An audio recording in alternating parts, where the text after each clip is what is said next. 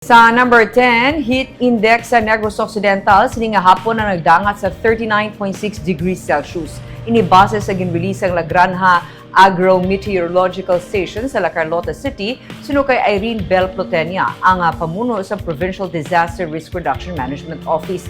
Ang 33 to 41 degrees Celsius extreme caution. Nagakasayuran nga ang heat cramps kag heat exhaustion ang posible. Ang padani activity mahimo nga magpadulong sa heat stroke suno sa pag-asa. Pilaman ka mga lugar sa Visayas ang may heat index forecast subong adlaw ngayara sa extreme caution ka nga isang Iloilo City nga may 38 degrees Celsius nga heat index, Rojas City 37 degrees Celsius kag Dumangas 36 degrees Celsius.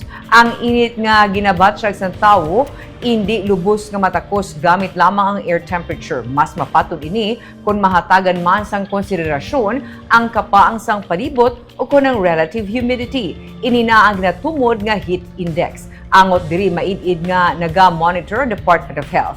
Nag-aabiso si Undersecretary Mary Ann Maestral nga mag-inom sang madamo nga tubig sa masami para malikawan ang dehydration.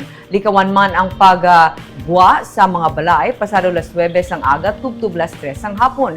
Sa mga hypertensive dapat mas mag-andam labi na nga hindi malikawan ang pagsaka pagid sa blood pressure. Magpamayong kag magtener sa well-ventilated areas.